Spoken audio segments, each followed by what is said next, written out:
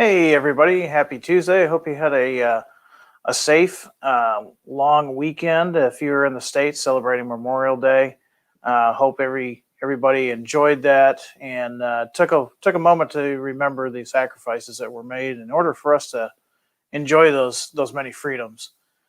Let me start and see who is joining us today. I've got Chris, Darren, and KC. My Life's Tracks. KC, Blake, Jeremy, Jonathan, Joseph, Joel Ashcroft is in the house, Frederick, Eric Torrance, Rick, James. All right. Getting a pretty good full house here on a Tuesday afternoon. Got Daniel, Robert, Brad, Gary, Chris. Welcome aboard, guys. This is going to be some special stuff we're going to talk about here today. We're going to be talking about the SD90. So the Big Mac is back. We're bringing it back. And this time is a Genesis 2.0 offering. So there's a lot of neat stuff that we've packed into this model. Before going forward, we've got Ted, Jeremy, Jeff, David, Matt, Kevin, and he's from a part of the country I can pronounce, Peabody, Massachusetts. Welcome aboard, Kevin. Anthony and Cody. All right, guys. Well, let's get started. Let's talk about the SD90 Mac. Now, the SD90 Mac, I kind of alluded to it on Friday when we did the new announcements, but going back to 1995, I remember reading the Trains magazine, and the first thing that stuck out was just the massive size of this locomotive. First of all, it was a wide cab. It was a safety cab, which was pretty much new. At least down here in the continental United States. Not so much in Canada. The Canadians had been using the safety cabs for a number of years, but not real common with us. Yeah, we had them on the SD60s, SD60Ms, SD60Is, SD70s, all of that, but still nonetheless pretty new. And they were advertising, EMD was advertising with their 265H engine, they were advertising 6,000 horsepower. So for me, looking at that Trains article, it was equivalent to somebody in the 1960s looking at a turbine article. It was a big deal. It was a big monster of a locomotive. And it was exciting to see an offering like this from EMD after seeing myself anyways, years of first and second generation diesels. This was definitely the new horsepower wars. So without further ado, let's show you what we're going to be doing in the SD90 Max. And keep in mind, these are all Genesis 2.0. We'll talk about the 2.0 options here in a little bit. But I'm going to go ahead and start sharing my screen because we've got a little bit of everything with this next release. Now, like I say every month, everything that you see here today, this is for the month of June. You have until Friday, June 25th to order these through your dealer. Okay, so we are starting out with the Union Pacific. And of course we are, because the Union Pacific ordered these. They were one of the first railroads to order these big locomotives, and the Union Pacific has a history of buying big locomotives. Now we're offering a few different paint schemes here in a few different eras. They're pretty much all from 2012, but we've got one sneak surprise in there for you. The first two that you see at the top of your screen there, those are indicative of a paint scheme from 2012. These had been in service for a little bit by now. So they're not going to be part of the prime for grime, but they are going to be more of a veteran locomotive. It's been on UP rails for quite a while now. But the one that was really cool was, check out the one on the bottom, 3681. This was one of the only few to receive the flag logo. This one here, right here, was one of the few to receive this paint scheme. This is 2015 on up. Now these 2012s, if you look at them carefully, if you look at the cab, UP guys already know this probably, but for those who don't, you'll see that they have a slightly different, remember I was saying these were veterans? These have been delivered to the UP Um, I I think it was right around 1999. But if you look carefully, you can say, hey, this yellow, this armor yellow is a little bit different than the surrounding areas. Well, that's because they were renumbered in 2012, and that's what we're doing here. So the UP, was the largest railroad to order these, 309 in total. Now, Union Pacific called these ST90 43ACs. That's because they were delivered with the 710G engines, which were good for about 4,300 horsepower. Now, really interesting thing about the SD90 Max, they were designed to have the 206 or the 265H, which was the 6,000 horsepower. However, they were having some problems. They were having some problems with this particular diesel motive power, so they went to the 710G with the hope of getting it retrofitted later on. So think of it as going down to your your neighborhood dealership and buying a pickup truck, and you want a V8, but they say, hey, we don't have anything that's going to fit in here right now. We've got a V6 for you, and it'll give you this much horsepower and this much towing capacity and things of that nature, but we're going to have a retro kit for you later on. And you would get the V8 later on. It's kind of like that. Now, in the consumer world, that doesn't work as well, but in the railroad world, that's something that happens quite a bit.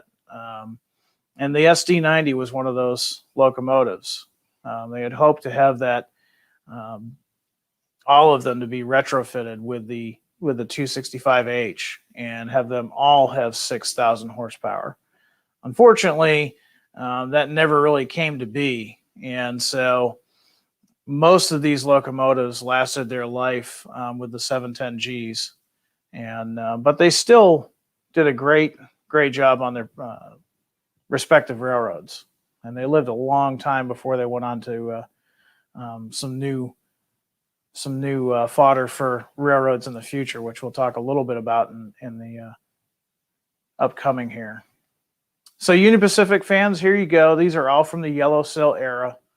So not as delivered, but after the renumbering, and then we had to put 215 in there, or the 3681. We had to put that in there just because it was a cool paint scheme, and it was really one of the only ones that get that.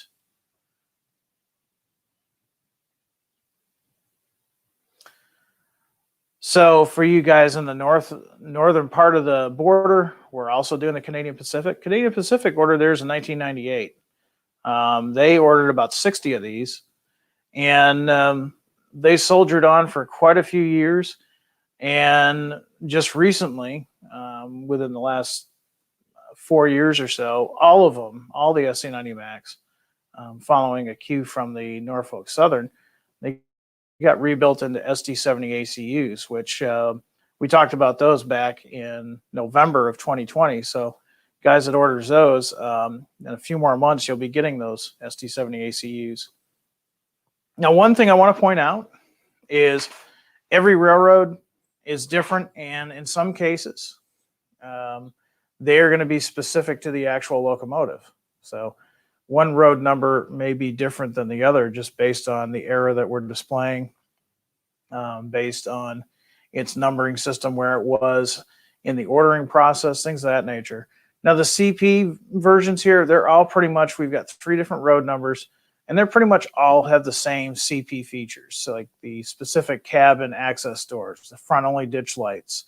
The one cool thing that's interesting to note is raised walkways, and that's for snow management. If you just have a regular flat walkway, especially in some of the areas these locomotives go, snow management is extremely difficult at best. So they feature a raised walkway. They have dual train lines, and they don't have a blue flag holder on the engineer side. Just little things like that. And of course, since we're talking 1998, this is back during the Golden Beaver paint scheme, that really cool medallion look on the solid red paint scheme.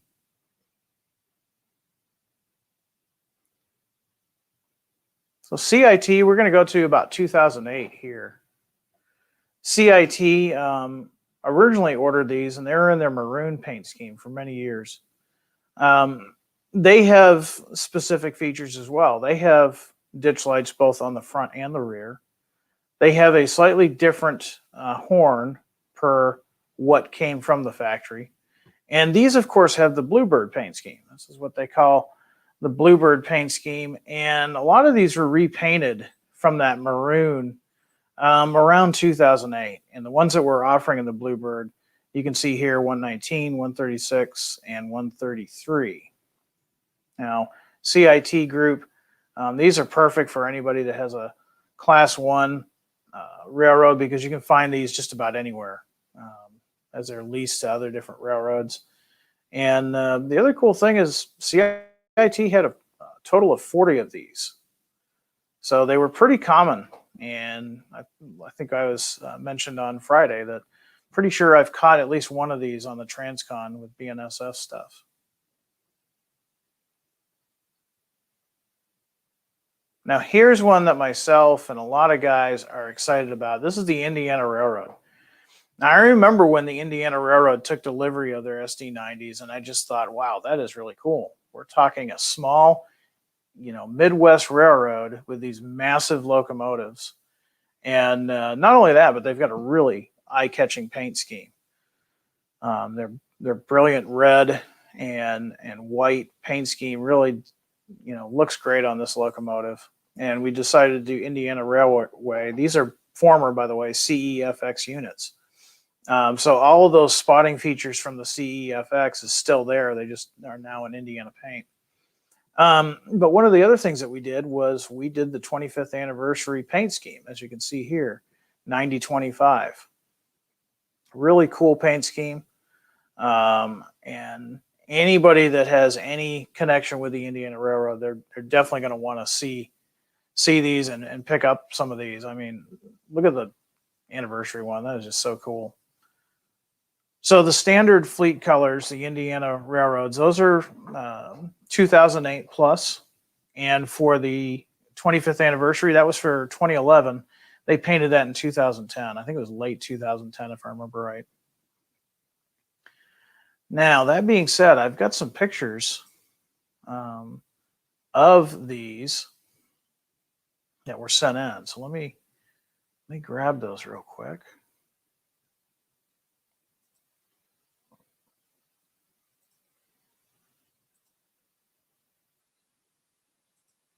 And these were sent in by Richard Jacobson.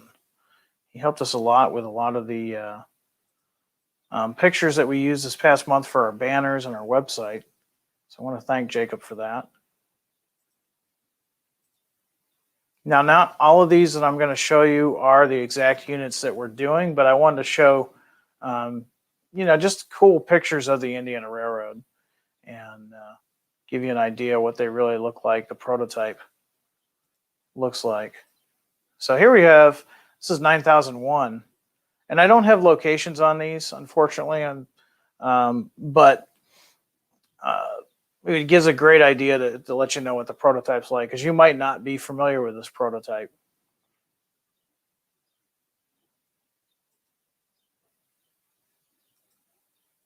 Here's 9008. I mean, these are just, it's a really cool paint scheme. It really is. I can't quite, I think it's 9004 is behind it in this picture here. This picture, if you've been to our website, probably looks familiar. This is 9008, 9004. That might be the same concept we saw earlier.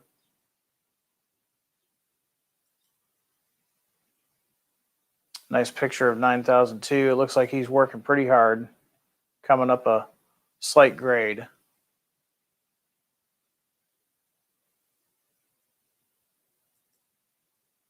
So yeah, we're going to be doing the 25th anniversary, and in weeks coming up too, we'll have some pictures we'll show you of this. We got some really good pictures of this from Brian Marsh, owner of Overland Hobbies in Muncie, Indiana. And we'll share more of that in the next coming weeks. But just wanted to show you those really cool paint schemes. So moving on, we've got more than just the Indiana Railroad. I'm going to go ahead and remove this and go back to our sheet.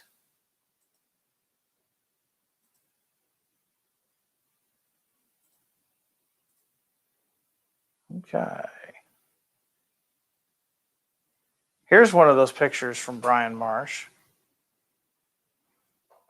Really gives you an idea that, just how large these locomotives are. If you've not seen one of these SD90s in real life, they are just massive.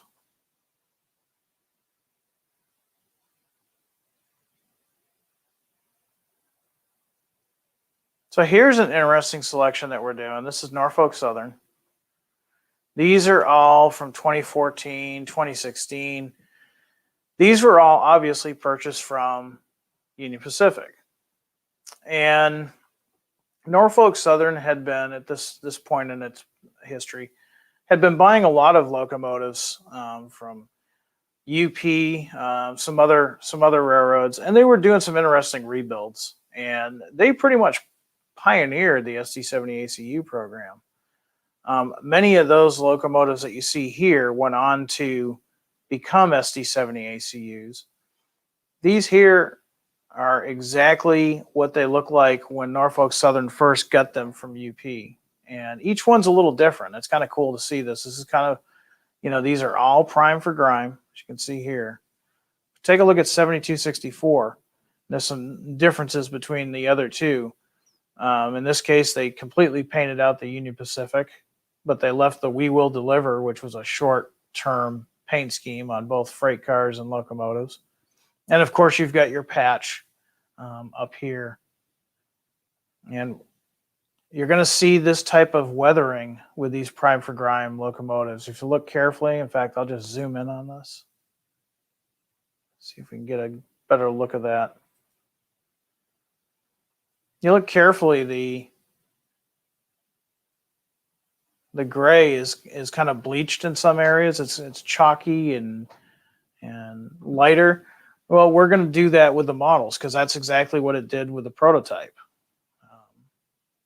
That gray looks great when it leaves the factory, but it doesn't take long before that sun just beats it and really fades it out. And if you look carefully here too, you can also see the outline where they just painted a yellow over the Union Pacific, whereas the rest of the armor yellow here is really faded. It's almost a light yellow versus an armor yellow.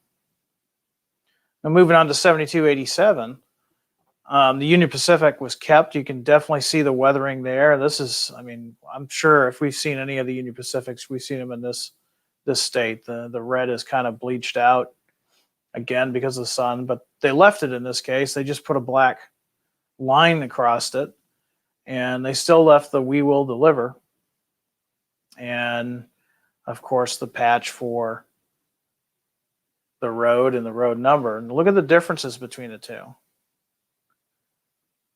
That's intentional. That's all based on all the images that development was going by. So there's a prototype for this. This isn't a mistake. This is actually based on the units, based on the pictures that development has. And last but not least, you've got 7290. Yet again, looks a little bit different than the other two as far as the font and the size. But you still have your patch over the cab. In this case, they painted over the Union Pacific, and they still left "We Will Deliver." So it's kind of interesting. If you're modeling the Norfolk Southern anywhere between 2014 to 2016, you can definitely put these in your mix and kind of change things up a little bit, and it's kind of cool. And they ran these, until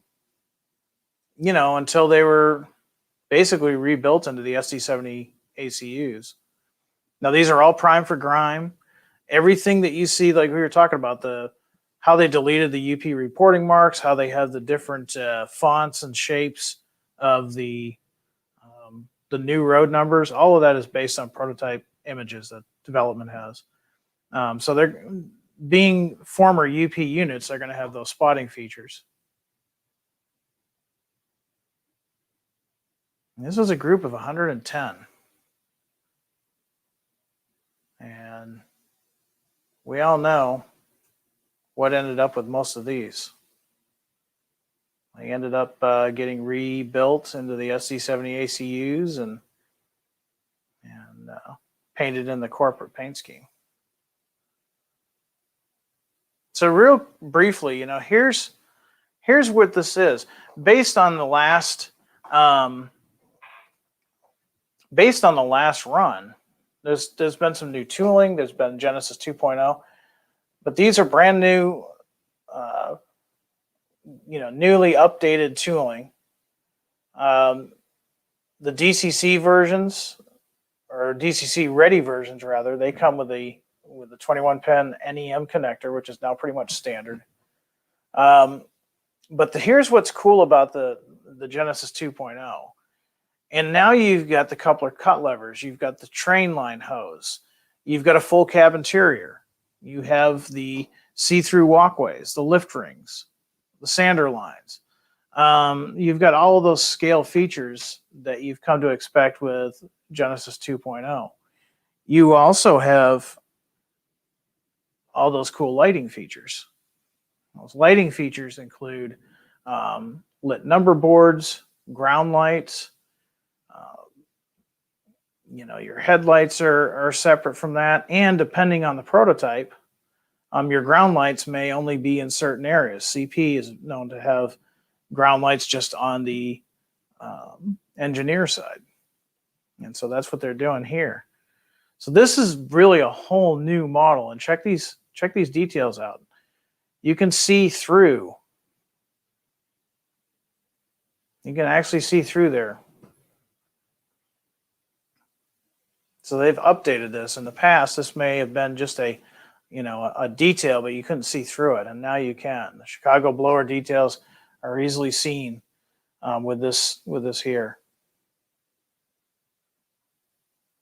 There's going to be more frame detail. They're going to have the see-through steps, which that's a huge improvement.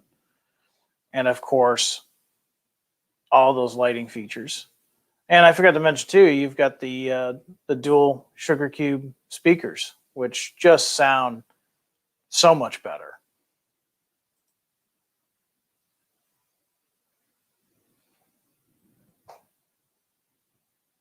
So yeah, there you have it. I mean, it's going to be a really cool model. I know, when we first announced it, maybe you thought, well, you guys did the SD90 already. And it's like, well, yeah, you're right, we did. But now we're going to do it with more improvements. And definitely going to want to see just how nice these improvements make this model. It was an impressive model in the beginning, but it's even more impressive now. So definitely keep that in mind. And you have until Friday, June 25th to order these and get those ordered up for your fleet. If you're a Norfolk Southern fan, UP fan, you're definitely going to want to stock up on those. And don't forget the lease units, and don't forget the really cool Indiana Railroad locomotives. Just really, really cool. And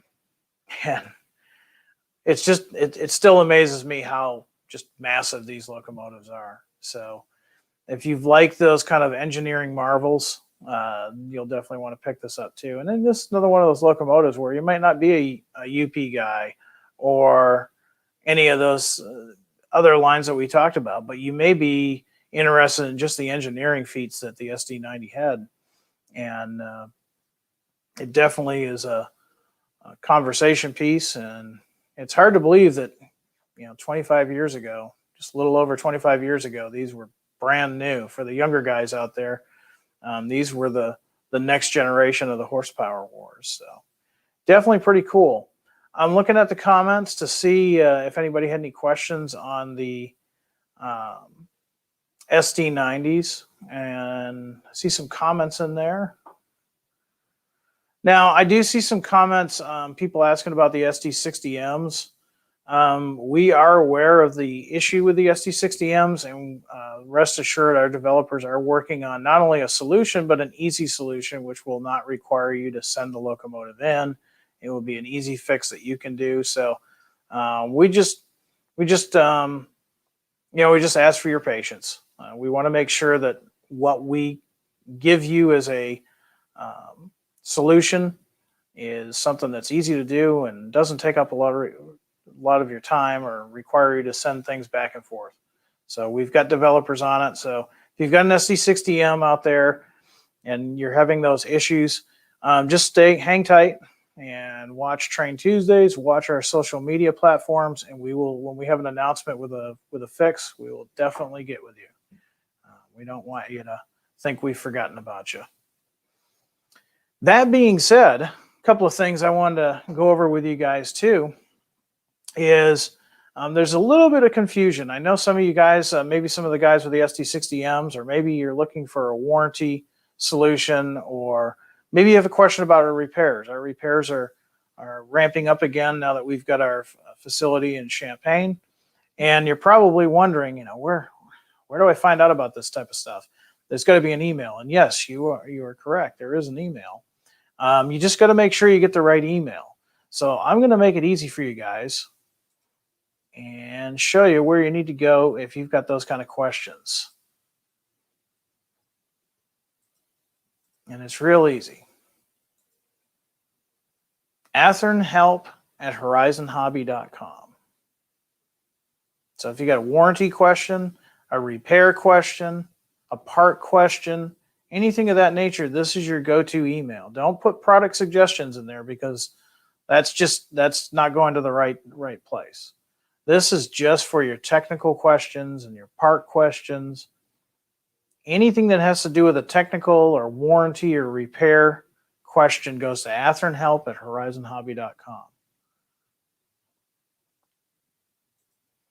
And you're probably thinking, well, yeah, Jim, of course it does. Why would you tell us that? Well, sometimes in the heat of the moment, you're trying to remember where to go and you select the wrong email. And like I've said before, the product suggestion email, it's a great tool. And if you have an idea for a new product or a new road name, it goes there and they don't get answered. It's basically an email where we can see, hey, if we were to do another run of GP38-2, should we do Southern Pacific? And if we see there's 100 emails from people that want Southern Pacific, we're probably going to do Southern Pacific. Likewise, though, if you send a question about a part to the product suggestion, somebody is watching those and they can send it to the correct department, but it's going to take a while. And meanwhile, in your frustration, you might think that we've forgotten about you. We haven't. We just have to get that mail to the right department. So anything, like I said, that has to do with warranty situations, things of that nature, just go ahead and use the athernhelp@horizon.com, and that somebody will get back to you as soon as they can. They're still getting a pretty high volume of emails. They're pretty busy, especially since we had the move. So that is what's going on with that. Now, I've got a few videos I wanted to share with you guys too. In the last few weeks, we've had some really great reviews go out. And the first one, N-scale guys, you're going to love this because they're both about N-scale. The first one that I want to share is on the Athearn N-scale covered hoppers.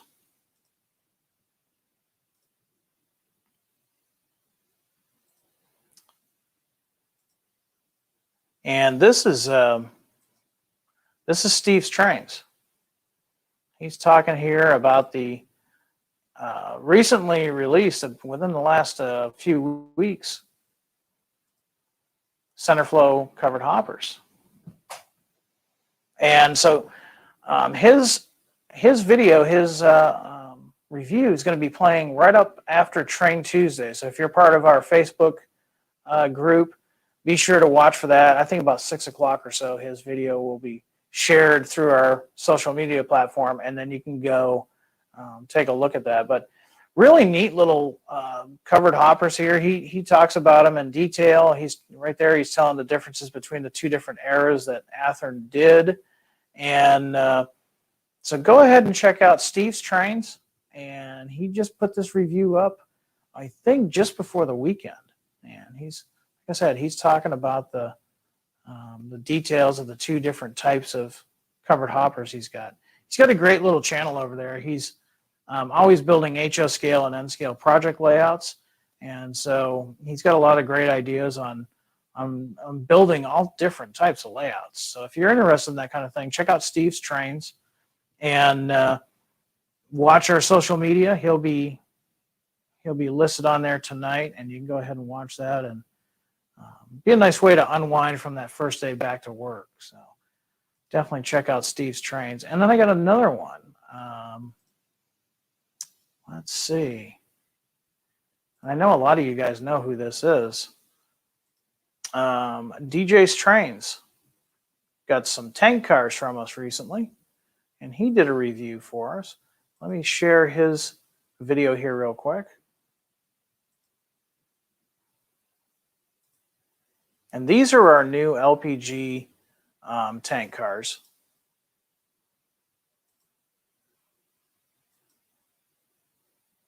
Let that screen get big there. There we go. And these, and I can say, I personally, I ordered some of these for myself. I have a propane dealer on my small switching layout, so these were perfect for that. And we offered these in many different eras and different timelines for everybody. Now, one of the things that I will say, these went fast. Okay, these went extremely quickly. So if you go to the Athearn website, they might say discontinued. That's not quite the case. What ends up happening is all of those products come straight to our distribution center, and then they go to the dealers. And if you pre-ordered one of these, well, you don't have to worry. They're going to actually come to you. Your dealer is going to call you and say, hey, you remember that freight car, that locomotive you ordered? Well, it's in stock, and here it is. So that's easy. But we do try to order just a little bit more because some dealers like to have stock in their store. We're starting to go back to shows and such. So that's where you're going to see a lot of these too. So contact your dealer if you've got a dealer, if you didn't pre-order these. And hopefully you'll start seeing some of these at train shows again too. So definitely check those out. And let's see. Yeah, some pretty cool detail for N scale. I mean, a lot of this stuff has not been available in the past, and this he's basically talking about not only how nicely detailed they are, but DJ actually works for the railroad, and so he can tell you a little bit about the prototype information about these, and he'll actually show you where he's going to use them in his layout. So definitely check out DJ's Trains, and I think he's going to get shared across our platform as well. All right. So I thought we'd change it up a little bit here today. I thought we would do some Q&A while we go somewhere else. And James, did I say center flow? If I said center flow, I am mistaken. I think those are the ACFs, but you got to realize my screen is not as big as yours. Sometimes I have a hard time seeing this stuff. So we're going to go to Fostoria, Ohio. Now, there were trains there earlier, allegedly. There's a caboose there. I can see right now a caboose. I'm going to go ahead and share my screen. Get your questions ready. We'll get some answers to you and go from there.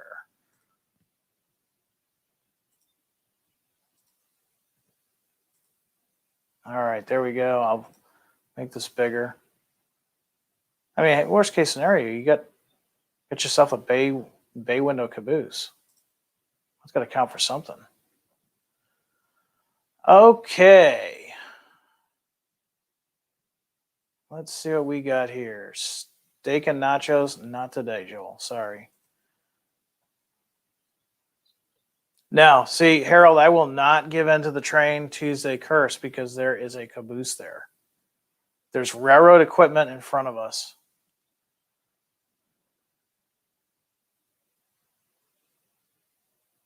Let's see. Somebody was asking about the LPG cars in N scale, if they're made in HO. Yes, they are. They are definitely made in HO. In fact, we just released some of those about a month or two, so they should still be in the hobby shops if you're looking.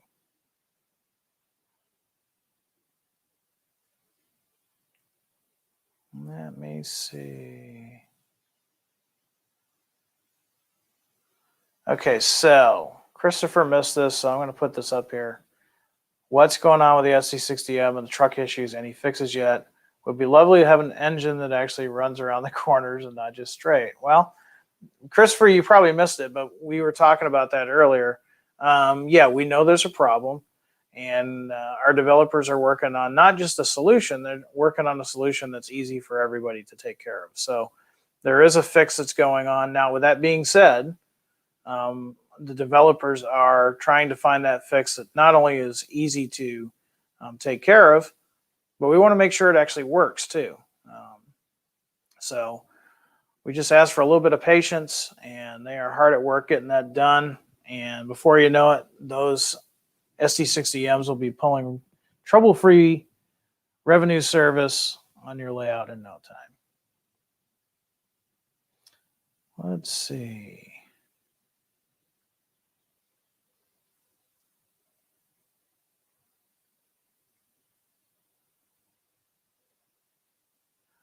Eric, I want to free-mo some SD90s where there'll be any undecorated. Not in this release. Not in this release. Pretty much what you see on our website and what we talked about today, those are the roads that are offered. We've offered undecorated in the past, and frankly, we don't really see many that sell. I think it's just kind of indicative of the market right now. Folks that do custom painting and weathering, or custom painting in general for that matter, is not what it used to be. So because all the railroad manufacturers are coming out with these great, fantastically detailed and painted models. So unfortunately right now that doesn't mean no across the board, Eric. If we get enough product suggestions on the email, we'll definitely consider it. But thanks for that question.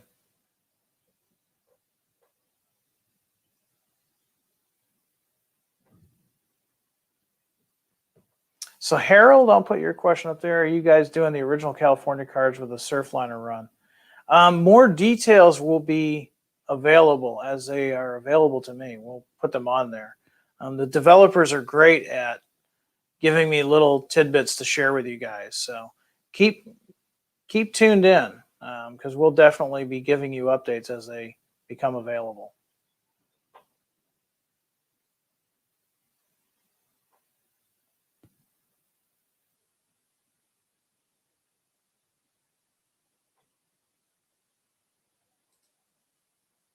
Yeah, that's true. When we released the AC Avenues, or when we announced them anyways, a lot of guys were saying that at that point they were either sidelined or being sold. But the beauty of model railroading is you don't have to model the here and now. You can model 2014, 2010, 1960, 1930. So you can run whatever you want. So just because the prototype has gotten rid of their same type of locomotives doesn't mean you're limited to that. That's why a lot of guys will model different railroads of different eras just for that reason.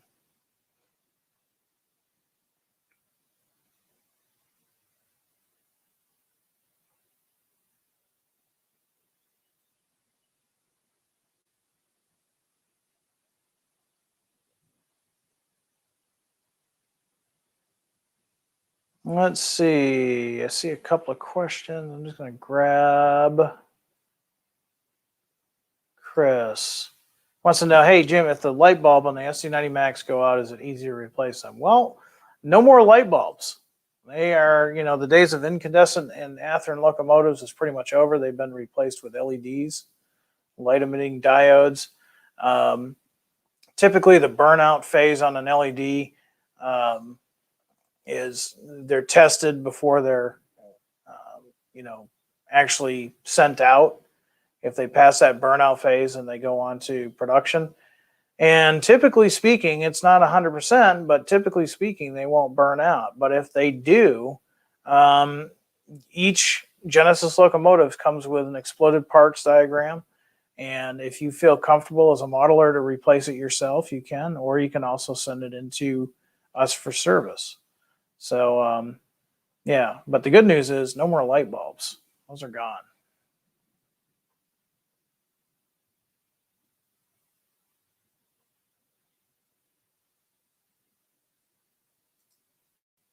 How's my personal layout going? Well, it's getting kind of dusty right now because with summer here, I'm doing a lot more rail fanning and spending a lot more time on the motorcycle or the Mustang. Um, but we've got some train shows coming up, which that always gets my interest going, and something I haven't really talked about either. I've also been busy with an Athearn project that I'm hoping a lot of you guys are not only going to get to see at the train shows, but get a chance to use. So as that gets closer to completion, I'll spill some pictures of it, and hopefully that'll encourage you to come out to one of the shows and see us.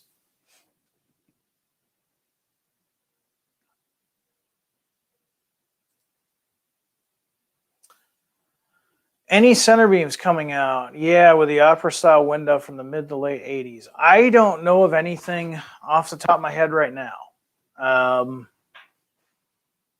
It is possible because you're right. We haven't really run that in a bit. It's been a minute.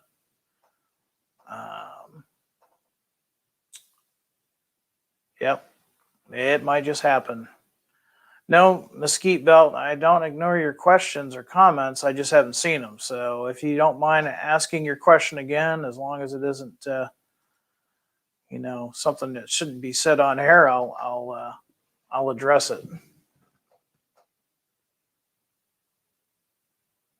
Oh, we got a rail fan coming into view, or maybe a rail fan.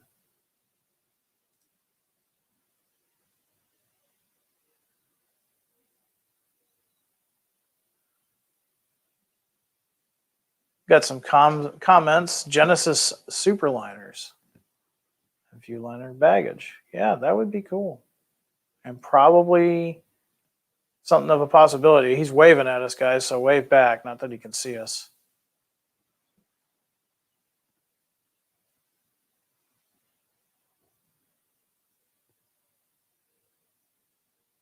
Okay, up. So your question is, last week Athearn announced 4740 covered MKT hoppers for pre-order. MKT 4391 was a 4750, not a 4740. Just curious why Athearn can't seem to reach out to guys with answers or research projects. Okay, so there's a couple of things going on there. Think of the lines that we have. Genesis is top of the line, prototypical, accurate stuff. On the other end of the spectrum, we have Roundhouse.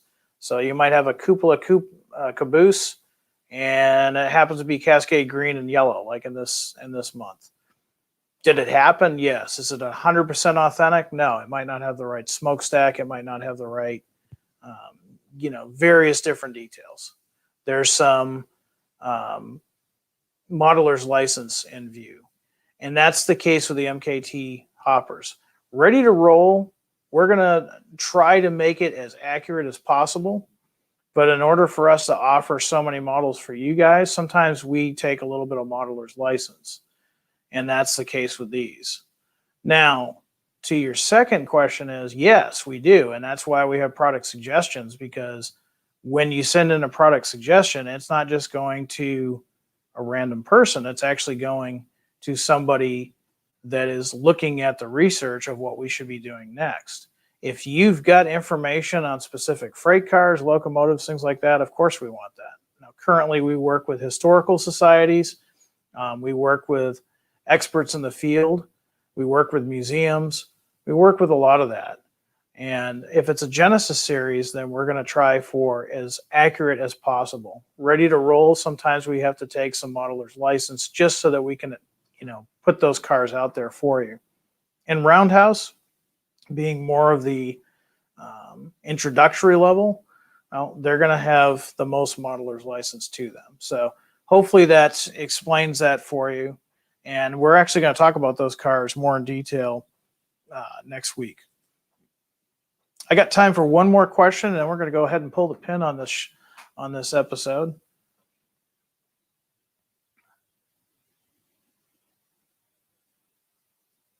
And yep, no problem. You know, all of us at Atherton, I've said it many times before, most of us, I'd say a high percentage of us are model railroaders. And we do what we do to help you guys out. And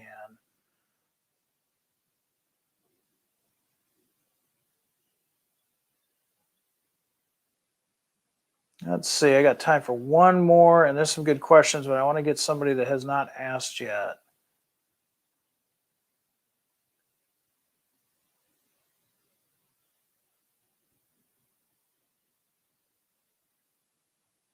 Let's go with Jonathan's actually got a more of a product suggestion, and he's asking for rail grinders. Well, that's pretty cool. How many else out there would agree? Would it be cool for Atherton to do, say, maintenance away stuff, rail grinders, inspection vehicles, things of that nature? If you think so, let us know. Let us know in the product suggestion email. And yeah, exactly like Bradley says, a track cleaner disguised as a rail grinder. That's a great idea. Let us know what you guys think, because again, we do this to show you what we're working on, but we also want to hear from you. We want to hear what you think would be cool. And the cool thing is with the era in which we live in, almost anything is possible. And that's the great thing about this job. When you guys come up with enough cool comments and questions and suggestions, sometimes it turns into reality on our layout. So we'll leave it with that. All right, guys, you've all been a great audience. Want to thank you for coming on board. Now we'll be doing this again next Tuesday, 3:30. Actually, no, keep an eye on that. There's going to be some changes next Tuesday. It might be a little bit earlier because I might have a treat for you. But we will be talking about some of those ready to roll cars, and we'll be talking about some other neat stuff too. So until next time, I want everybody out there, be friendly to each other, do some great modeling, be happy, be healthy, and above all, high greens, everybody. Have a great day.